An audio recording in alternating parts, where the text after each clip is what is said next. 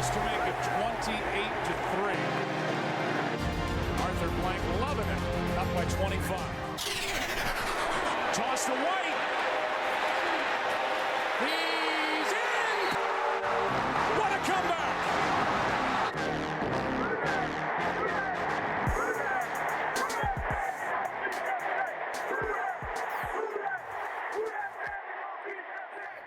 All right, welcome to another episode of the 28-3 podcast. I'm sure everyone has watched our review episode of the game from Monday, that wonderful ass kicking by the Packers. So you got our thoughts on that one. I really don't have anything else to add to that shit show. I think you probably have another thought or two, though, right? Not a lot. I just think we have to, all those Rattler folks who thought he was ready and that it was our best option, I think all that talk has to stop. The only thing I'll say, it was probably the worst performance I've seen since the Ian Book game as a team. They didn't do anything well. So, I mean, I think how we covered it in the review episode pretty much covers it. Yeah. Got dominated. The offense got dominated. It's the only shutout in the NFL this year, which is remarkable. Houston tried to do it on Christmas Day, but got a safety from not the offense, but the offense didn't score. But we're the only one in the whole season, and we're in week 16, so that's about as bad as you can be. So it's hard to get shut out, and we got shut out yet again. And I think the only other stat I'd like to bring up is I think we were looking at a couple people sent social media posts about it, but Rattler's averaging about 7 offensive points a start. So let's if that's anyone's plan going forward, the rest of the season we're kind of hoping he plays and we see us keep that top 10 pick. But as far as the future, if all the Carr haters want him gone, time to start thinking of some other solutions, because I don't think we have one for next year yet. Maybe he develops and gets better, but I don't think you could, under any scenario, get rid of Carr and think we have something in-house right now with the way Hainer and Rattler played the last 2 games. So moving into this week, same situation. Yeah, and I think the way the game went, I don't think it's fair to even hand out an offensive or defensive MVP from that game. If you're the only shutout in the entire season in the NFL, yeah, you pretty much you get disqualified from having an offensive or defensive MVP. When your quarterback throws for 150 and has 2 turnovers, you don't score. Your leading rusher is your quarterback with 28 yards. Your leading receiver has 33 yards and 2 catches. No, there's nothing to even be said. You didn't have a sack. You didn't cause a turnover. You didn't do anything on special teams. It's about as poor as a team can play a game. So there's no MVP in that scenario. Yeah, I mean, I'll be honest, that's the worst performance I've seen in the post-Sean Payton era. You referenced the COVID game where Ian Book started, and, at least they had an excuse for that game. I mean, they were missing half the team. So this one was just despicable in every which way. I don't even want to talk about it anymore. It's the first game since that Ian Book game. You knew we were going to lose that Ian Book game before it started. Right. I think we all felt this. We all predicted massive blowout in this game. We felt like we had no chance to win this game before it started. So it's the same type of thing. And you're right. They had an excuse. We're missing, a ton of starters. That game should have been postponed. That's what the NFL did all year. They didn't let us for whatever reason due to COVID. And you went into a game thinking, well, this is a loss. Let's just see how bad it is. And this one rivaled that performance, Now, to be fair, we're missing half the team right now, too. I mean, I think they said it, well, you got to give them a little. They're missing Carr, Olave, Shaheed, Taysom, Alvin Kamara. Look, that's the whole offense. Yeah. There's no one on offense. There's no skill starter still starting. So that's what you get when you roll that out there. And, the more disappointing part was how just easy it was for them to go through our defense. It looked like a scrimmage. Yeah. They're not missing that many people, and they got woodshedded. I mean, it was terrible. So yeah, well, you mentioned the top 10 pick. I'm looking at tankathon right now, and we are currently sitting at the 10th spot where we've been. It seems like for the last 4 or 5 weeks, we're the only 5-10 team in the NFL, and there's only one 6-9 team. So that's the 49ers. So we've got 11 at a minimum at this point, right? Yeah. But there's a chance to get to 8 that we were looking at, right? Well, you could. Actually, I saw something the other day with tiebreakers. I think Underhill put it up. One of these 3, 4, and 11 teams we can't get ahead of. I don't think, unless we have one less win than them. But if it comes to tiebreakers, I think eight is the highest we can get. I think realistically, if the Raiders beat us, then they win the tiebreaker. They could theoretically go behind us, right? correct. But you're asking for a 3-game winning streak at that point, the Raiders, which I mean they're at 3 wins all season. That seems kind of tough. But I don't know who they play after us. They would have either to. way, though, they just have to win 2. They have to beat us and win 1 more, right? Oh, they won there's the last. only one more game. They won the one this week. I got you. Yeah. So last week of the season. What's that? Who do they play the last week of the season? Let me check and see. I mean, realistically, though, we should be locked into a top 10 pick, which at this point is all we have to look forward to. So I don't know. That'll be exciting come April, May. What right about now, Carolina? not as much. Carolina can't pass us up? No, I think they can. They can. And just in sheer wins, if we lose out, they win out, they're in. They have a 1-1 with us, but they have a worse division record. That's probably the second tiebreaker. Yeah. Yes, in Chicago. Oh, the Raiders have the Chargers. Okay, so unless the Chargers are sitting players because they've clinched a wild card, which they are a wild card, they have nothing to play for next week. Maybe you back into a win there. If they sit people getting ready for the wild card round, the Jets could easily pass us up. You could see them winning a game or 2. Chicago, they've lost 9 in a row, which is outrageous. But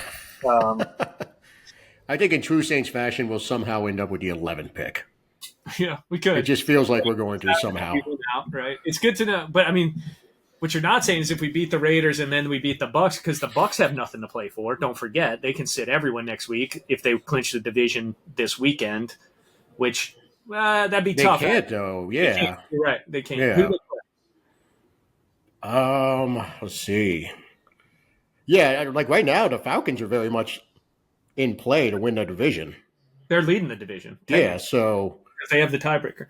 No, the Bucs have to play. They can't just. They got the Panthers this week. They need to win out essentially to ensure. Yeah. If Atlanta loses, they have to beat us. So so we're going to lose that game almost for sure. Terrible loss by Tampa last week. Just awful to the Cowboys who've won 1 game at home all year. But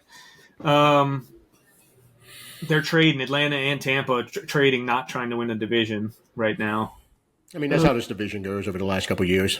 Yeah, that's why it's always open until the last week of the season because all the teams suck. It'd be great if they both lost out and 8-9 won the division because I feel like that's what it should be. Yeah. Jets, Bears. I don't know the tiebreakers there. If we do benefit from the tiebreaker, they only need to win 1. I think that's possible. Carolina, I don't know the tiebreaker there either. I think we have it on them, so they would have to win both their games. That's unlikely. Raiders would have to win out and us lose out. They're going to get a Chargers team that's sitting for sure, almost guaranteed, unless Harbaugh just wants to roll them out there for the hell of it.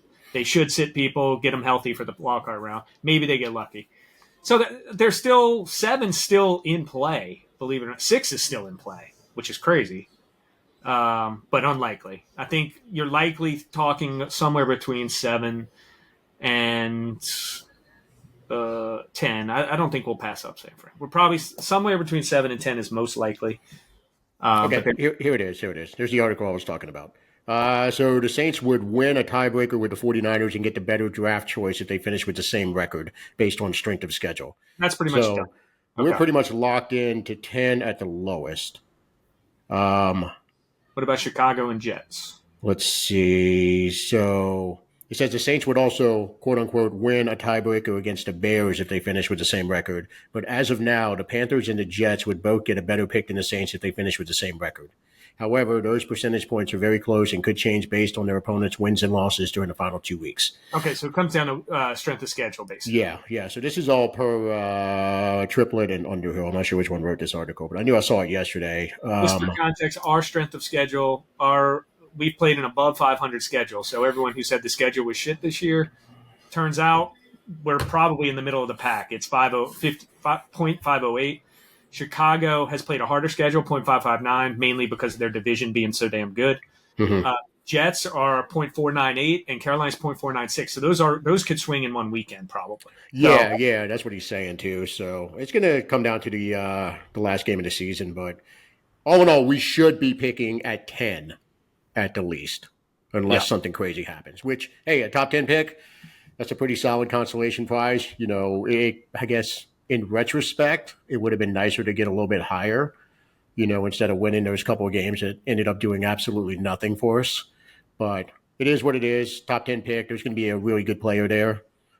So, we should be able to reap some benefit from it. So somehow we 13 hardest schedule, and we were projected, I think, as the easiest. Yeah, which is crazy. Well, that we knew that shit was going to change. About it every time. Don't look at what it's projected. Exactly. We ended up playing a pretty difficult schedule, and everyone thought it was a cakewalk this year, and it wasn't.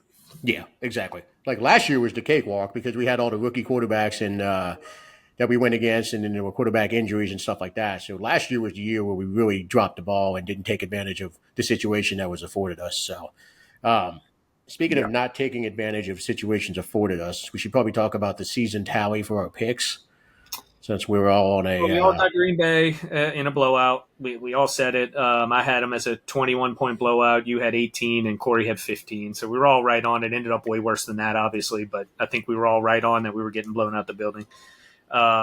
We all had the Green Bay covering the 14.5, to give you an idea, which is an absurd line. Kendra, how about the line for this weekend? The Raiders are favored. Yeah, well, they should be. Dude, that's crazy. When you've seen what you've seen from Rattler, and Raiders have the best offensive player in the game by kind of a landslide. Oh, yeah. Easy. And their defense is playing better than our defense, and it's not good either. But, you see how they got there. It's sad, but. I don't know. I mean, I guess I say that because I watched their game the other day, and dude, they were terrible. Like, just you remember because we were playing each other in fantasy football. So I literally sat on the couch and watched every fucking snap of every game on Red Zone, and they kept showing that Raiders game, and it was an atrocity. They scored more than 0, correct? Yeah, they did. So I guess they were better. Well, here's a side question for you: is Brock Bowers first team All Pro tight end? No, not even close. Isn't that crazy? He should be in there. I love it. Because we were all, and look, if anyone's wondering where Corey is, we're still in holiday mode, and we'll be back in the same room hopefully next week. And Corey's picks will be coming up at the end of our picks. But all three of us were unanimous in wanting Bowers in the draft last year. And it's, I guess if you can find something that all three of us agree on, it's probably going to be something that comes to fruition. So. I don't even know, as far as first team All Pro, I don't know if there's another candidate. There's not. It's let's see if so he's at 1,067. He's going to break the rookie tight end record. He has 100 catches. Next best is Kittle with 68 for 967, which is a good season. That's a good season. 101 for 100 more yards. The one knock on him, they're a bad team. He hadn't scored any touchdowns. I get it. He's only got 4. It's not a great touchdown season, but he's the only player on that team. Every team knows that's who they're throwing the ball to. Yeah. And Trey McBride has had a great season. He has 0 touchdowns. Okay. Isn't that crazy? He's got 100 plus catches with no touchdowns. Yeah. I think 90 plus. He's going to get 100 catches. He's got 90 something. And I mean, to have a year like that, 0 touchdowns. So I don't think there's another vote that should go to anyone, even Kittle, who's had more touchdowns, but, and had a good season, but Bauer's season is an all-timer. It's probably a top 10 to 15 tight end season ever.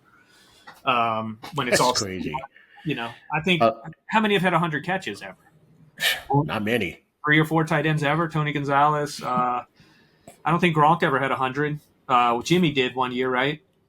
Yeah. Well, look, here's a question for you. No, I don't think he did. I don't think you look it up and see. 163 our year he didn't have it. I don't believe so. I think he tapped out at like 90 with us, but he never touched it after he left us, obviously. Well, here's a question for you. So, I guess now that we're basically at the end of the season and we see what we have in Fuaga, going back, if Bowers had been there, you take Bowers? Yeah, I wanted Bowers because I thought he was the best player in the draft. Oh yeah, no, that was all of us. But I think in retro, we were all saying like we get the offensive tackle pick, just given that the importance of that position and given what we had. I think all of us, had Bowers been there, would have been banging the table for Bowers anyway. But I think even now, like kind of seeing how Fuaga's played, I absolutely would take Bowers over Fuaga. Fuaga's a good player. Bowers is the I'm lead. not disappointed. We didn't have a chance at Bowers, but we all Right, said it. right. If they were, we knew they were both going to be there. We knew Fuaga would be there, and we kept saying Bowers. So I don't think anything's changed. Yeah. I think It's crazy, dude. It's just I'm glad he wasn't there because I don't think I would have been able to handle watching him sit there for the 13 minutes or whatever that goes by for the pick, and then the Saints pick somebody else or trade it. Yeah. And look, we probably wouldn't have changed our pick. I disagree. Okay, so Jimmy had 99 one year. 99, yeah. Okay. I knew he was close because it was 1,300, not 1,600 yards. I was going crazy. But it was 16 touchdowns is what I was thinking of. But that year he only had 86 catches. Yeah, because the yardage record for a tight end is not even, it's like barely 14 if it's even 14. Who has that? I think Kelsey broke it. There was a year Jimmy broke it, and then Gronk broke it the same day. Kelsey's had 100 catches. Yeah, but yardage-wise is what I'm talking about. It's like 13. Look it up. It's 13 something, like 1380, I feel like.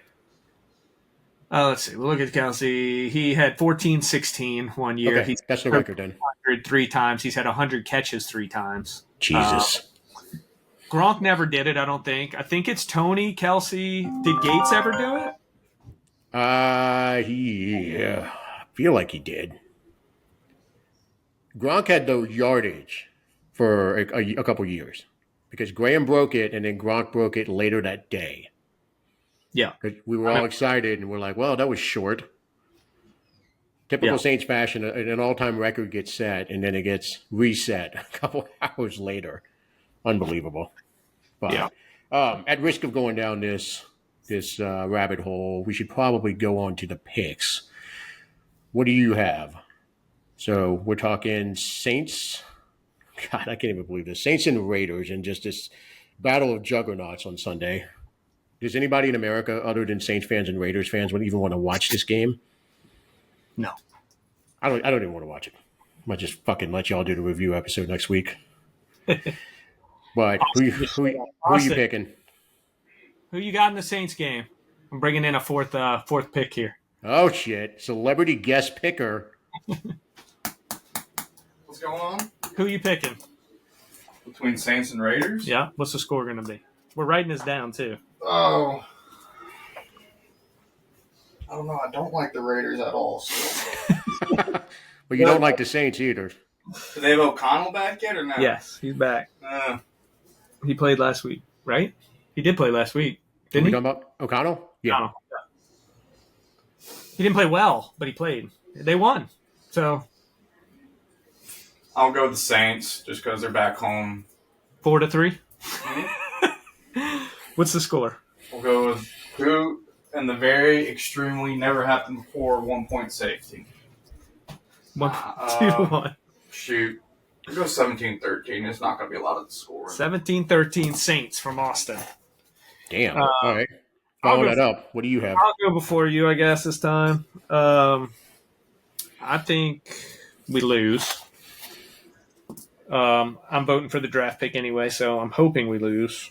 Damn, I thought I was going to be on an island going with the loss. All right. No, I do think it's going to be close. I think it's going to be a terrible game to watch. I will say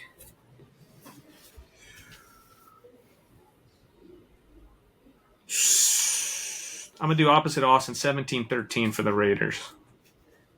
I'm going to go – is Olave playing? Do we know yet? We don't know yet. Okay. Then I'll go with Kendre. Actually, they're going to give him the ball this week. I don't know why they didn't last week, just to see. He said he's going to unleash him, and he's never gotten more than 10 touches. So I'm going to say he gets 15 touches. He has about, 80 yards. Defensive MVP, I'm going to go back to Brazil with a sack and 2 tackles for loss. Okay. There's one more thing I want to talk about, though, since we went on a tangent before, if we'll finish it before your pick. Okay. Since we went on a tangent about Bowers, I want to talk about Jaden. Highest completion percentage of any rookie quarterback over 100 passes. It's the greatest rookie quarterback season. I was texting Austin about this, and that's when I saw him. That's what reminded me. It's the greatest quarterback rookie season in the history of the NFL. There's no other one you can go to. You can say Stroud last year. It's not close. No, I agree with you on that. I'm not going to give you any pushback on that. I think I'm going to read you some stats real quick, and these stats are what he's going to hit for this year. Now, time out. You know you're about to jinx me on this because you're talking about how it's the greatest rookie season ever, and I'm agreeing with you. No, he's going to fuck him. He's going to fuck me on Sunday night in the championships. That doesn't matter. But this is a season. I'm going to read these two seasons to you real quick, and then I'll tell you what they are. It's 3,678 yards, 24 touchdowns, 7 interceptions. 821 yards, 5 touchdowns. Okay? You got that? Yeah. So 3,624, then 805. Okay? Let me pull up Jaden this year. The reason I say this is I don't think anybody's really talking about – some people were saying Bo Nix should win it over him and all this shit. Like a few weeks ago, not now. I know everyone's on board now, but a few weeks ago they're like, well, maybe it's Bo Nix. And I don't think people understand what he's doing. He took over the second worst team in the league also, and they changed nothing on offense. There's no one new there. Yeah, that's the thing. He's elevating the people around him, whereas Bo Nix is just not losing the game. That's the difference. Now, there was a point about 5 weeks ago where their stats were nearly identical, but again, he's elevating the people around him. Bo Nix isn't. But Bo Nix also took over, what, 8-19 or 9-18? These aren't the same thing. No, it's apples and oranges for sure. Yeah. I don't remember the record, though. Here's what I tell you before, 3,624, right? Mm-hmm. Jaden has 2 games left. He has 3,322 passing. He has 737 and 6. So he's going to pass up both those stats I just read you, almost certainly. He doesn't even have to perform how he has so far. The first season I read you was Lamar's MVP season last year. Okay? That won MVP. He's going to surpass it, and we were having a debate about Bo Nix. And he took, what were they, a 3-win team? They had the second pick in the draft. Second pick in the draft. I think they won 3. They're in the playoffs already. They won't challenge for the division because they're Philly. I guess they could still win the division potentially in a tiebreaker. Yeah, they won't. The Eagles will win one of the last 2 and take the division. But Hurts is out again. It looks like. Yeah. Who they play this week? It matters who they play this week. Cowboys, I think. Oh, Cowboys. Never mind. Well, we need them. I mean, it still matters. It's division record. Yeah, but they're ahead of us, so they can still catch them. If they lose out and Washington wins out, I think Washington wins that. Washington has the Falcons Sunday Night Football, so that'll be fun. So he's putting up the MVP season from last year, and we were debating on Rookie of the Year. Mm-hmm. Well, you say we. No, you and I were. I think the general 3 or 4 talking weeks heads, ago, national media was, but we were not. Yeah, and I don't know if he's lost a fumble this year. Rushing the ball, he hasn't. I don't have that in front of me, but only 8 picks for a rookie that's turned that team around kind of by himself on offense is a remarkable season and probably the best rookie season ever. So you got Bowers and Neighbors and Brian Thomas and Ladd McConkey and Caleb and Nix all having great, good statistical rookie years, but this shouldn't even be a debate. It should be a unanimous thing. This is an MVP caliber season from a rookie. I think it will be once the actual votes go in. That's usually Super Bowl weekend when they announce that. So I think it'll be pretty unanimous once the votes are actually tallied. He's 4th in the league in QBR as a rookie. Oh yeah, he's incredible. I promise that's never happened. They beat the Eagles last week. They had 5 turnovers. It makes no sense. Yeah, it was Pickett though, so I don't want to go too. I mean, Pickett, still drove a couple of touchdowns, but it is what it is. No, I agree with you though. I think it's the best rookie quarterback season in NFL history, and he ain't stopping there, man. They're in the playoffs, and if anybody can do some magic and have something crazy happen, I would not bet against him. But I'll go ahead and give you my pick. I'm actually going to change my pick. I started thinking about it. There are some of the Brits are in town this weekend, going to the game. They're undefeated too, right? Yeah, I think they are undefeated here. So I'm going to ride the magic that they bring. And I want to say the first time I actually met Dan was at the Raiders game a couple years ago when the Saints beat them like 31-0. So I think they're going to bring some of that magic. Dan's got his whole family. Steve's going to be down here. I think I'm going to go with the Saints to squeak out a win. I'm going to go 17-14. I think it is going to be a close one. Both Raiders touchdowns will be Brock Bowers. Kendra, he's only had roughly, a third of the carries last week. It seemed like Jordan Mims got a lot of touches. Jamal Williams got a lot of touches too. I get why they play Jamal because he can block at least. And I think Kendra, they consider him a liability. But at the same point, when it comes to moving the ball, explosive plays and all of that, I'm going to have to go with Kendra as the offensive MVP. I'll say he gets a touchdown at least. Defensively, this feels like a game where we should get pressure. So I'm debating between Brzee and Chase Young. Everybody was pretty much non-existent last week. I'm going to say, actually, no, I'm going with Cam. This feels like Cam gets a sack. Cam might have been the best D lineman last game. He's the only one who, I'm looking it up for you real quick. Granderson, 3 tackles, Chase, 2. Brzee 2 and Cam 5. See, Cam would seem the most active. That's 2 games in a row. I know we didn't give an MVP out. No, we couldn't. It was debatable in the Washington game, but Cam had 2 sacks in that game. Was very active. That would have been my pick. Him or Chase Young in that game. I know you were saying DeMario, but DeMario was awesome. He had like 15 tackles, like 2 tackles for loss, a sack. DeMario was awesome that game. They all were. He was not. Chase was awesome. Yeah. Cam was awesome. DeMario was awesome.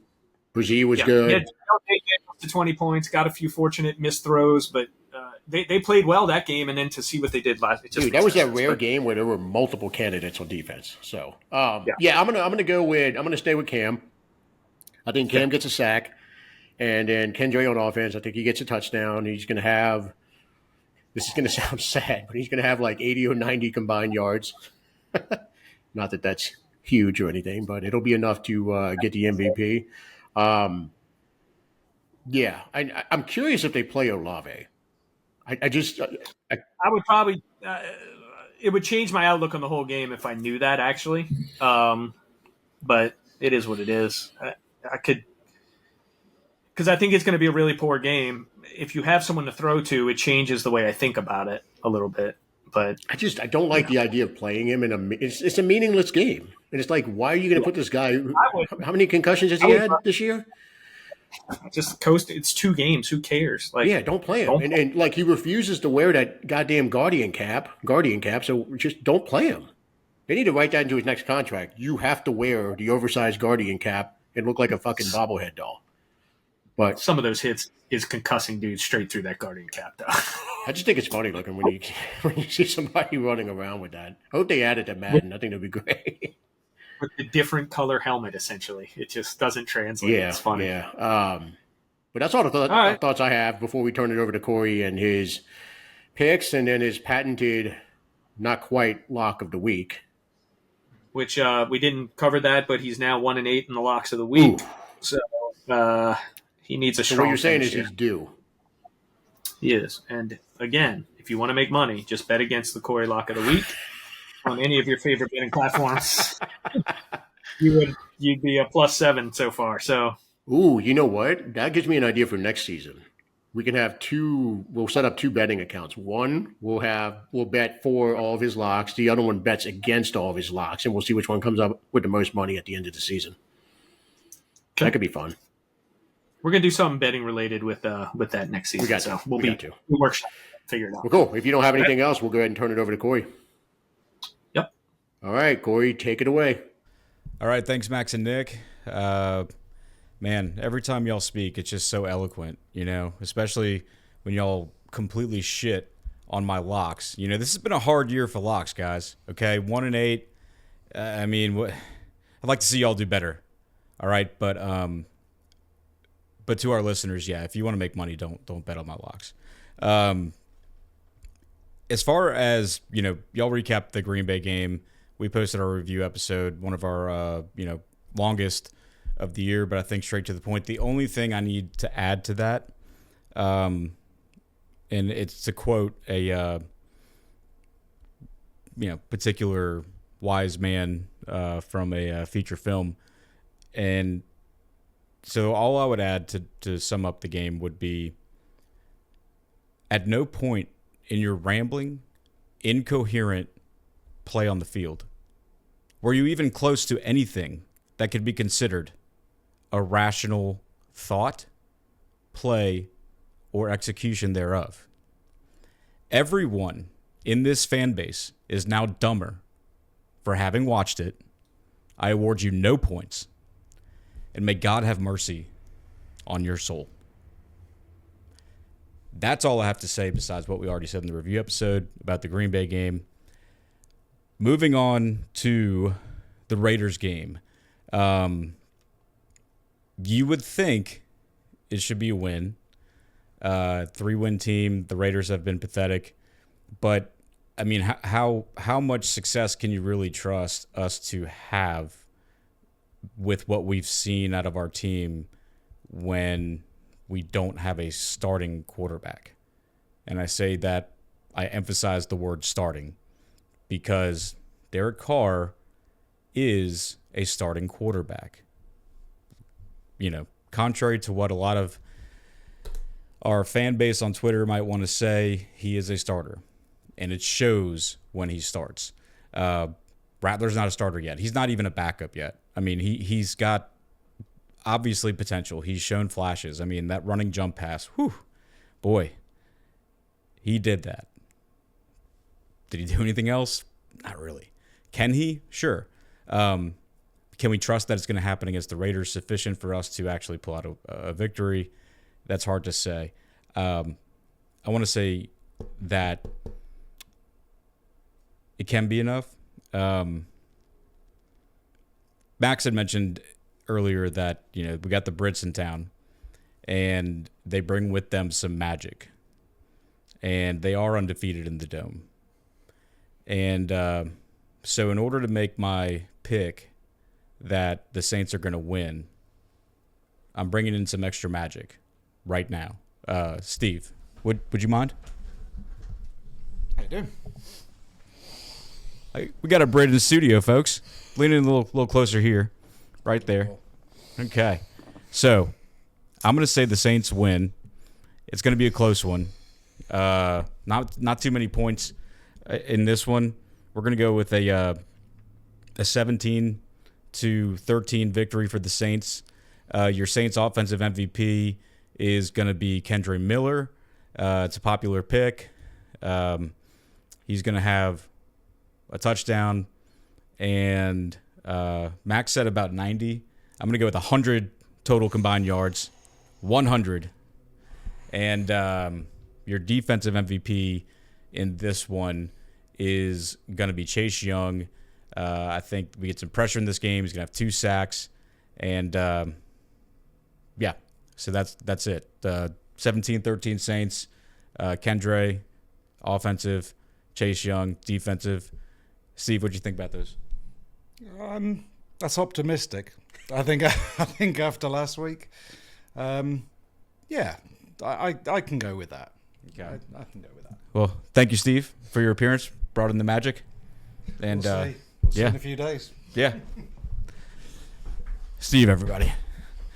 So now we're gonna move on to everybody's favorite segment, which is your Lock of the Week, brought to you by Norton Leatherman Spine Center of Louisville, Kentucky. And, hopefully the magic that Steve and his fellow Brits bring. Dan, looking at you. You got your family coming in, so you don't want your family to see anything bad, right? But hopefully we can get that same magic going at these locks, and we can make it a whopping 2-8 record in the locks this week. So without further ado, Corey's Locks! And we're back once again, brought to you by Norton Leatherman, Spine Center of Louisville, Kentucky. This week, our New Orleans Saints take on the Raiders.